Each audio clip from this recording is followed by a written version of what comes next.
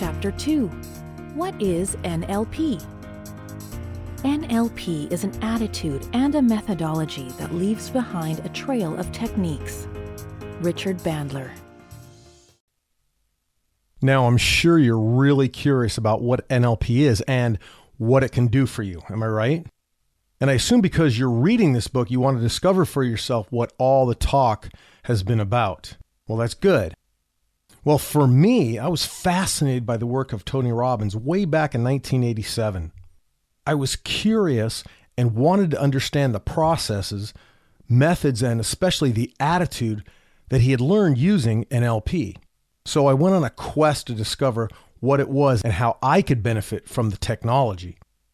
People come to NLP for many different reasons, seeking to clear up emotional issues, to become better salespeople, wanting to achieve their goals, taking life to a much higher level, or simply learning to get out of their own way. Whatever the reason you're exploring NLP, stay committed and do the exercises. You'll find your life moving fast forward in the right direction. You'll be more emotionally in control and gain the ability to make better decisions and discover a clear path to achieving your passions. So what is this amazing technology? Well, let me give you some definitions that you may have heard or found on the web. Richard Bandler, one of the co-developers, said, NLP is an attitude and methodology that leaves behind a trail of techniques. One of my instructors, Robert Dilt, said, NLP describes the fundamental dynamics between mind, neuro, and language, linguistics, and how their interplay affects our body and behavior, the programming. And another one of my instructors, Tim Halblum, NLP, Neuro Linguistic Programming, is the practical science of detecting, evolving, and using the conscious and unconscious thinking and behavioral patterns that we are constantly experiencing. So what does NLP stand for? Neuro. We have a mind-body system that has been programmed and can be reprogrammed, much in the same way that we can program and reprogram our computer software. This is made up of our nervous systems, which enable us to breathe, eat, think, live, and function daily. Linguistics, the language, verbal and nonverbal, and symbols we use to operate our neurology in the same manner we communicate to ourselves internally and externally and with other people. Programming, the programs or strategies, or as I like to call them, recipes, we utilize to consistently produce our results. Some of these programs are hardwired from birth, and others we learn growing up, the conditioning part. This is called our neurology. NLP is a model of human functioning, and it takes a very different attitude from traditional psychologies of the past. With NLP, we don't start with the assumption that people are broken and need to be fixed. Instead, with the attitude of NLP, we assume the opposite is true, that people work perfectly well and they have all the resources they need to succeed. The only problem isn't with them, but with their programming. When you combine the mind-body systems together, the linguistics of how we communicate with our neurology, we now have a spectacular human bioelectrical computer.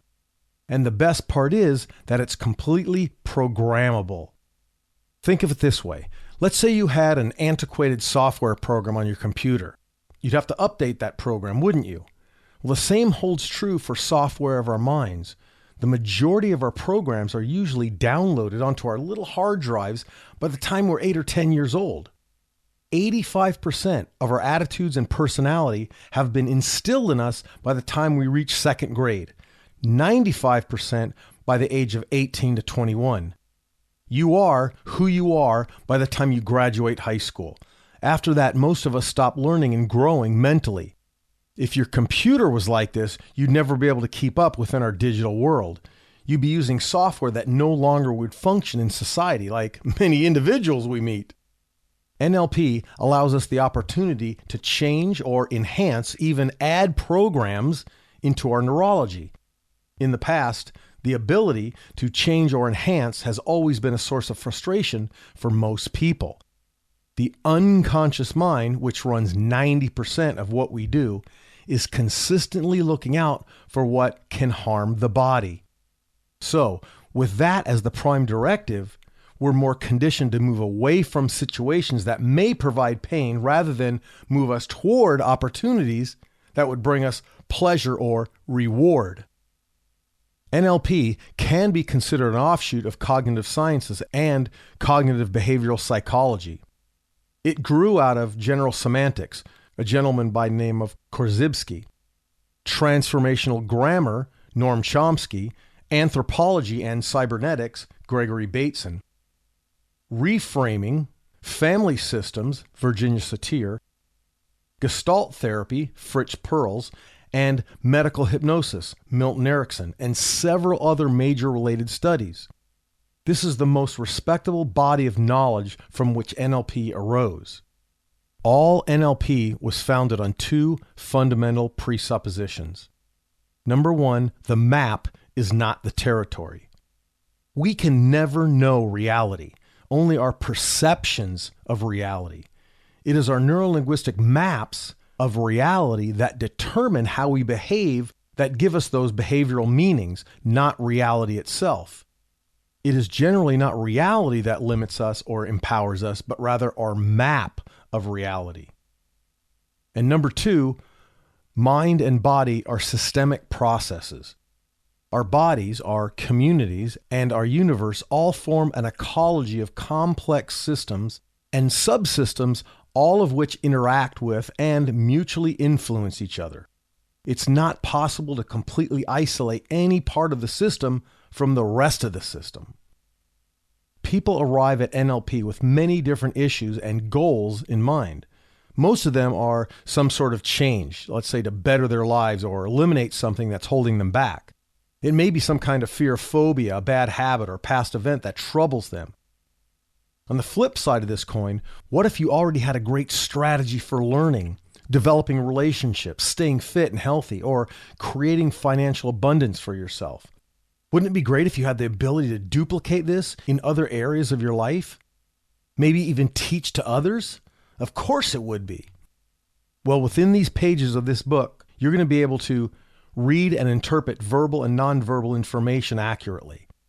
Notice how people process their internal world, why people behave in the ways they do, how to quickly and easily obtain rapport and gain trust, how to elicit someone's values and beliefs, change emotional states of mind using anchors, read and gain insight into deceitful information, use the sound of your voice to influence and persuade others, listen more effectively to the language of others, and 10, most importantly, become a master communicator.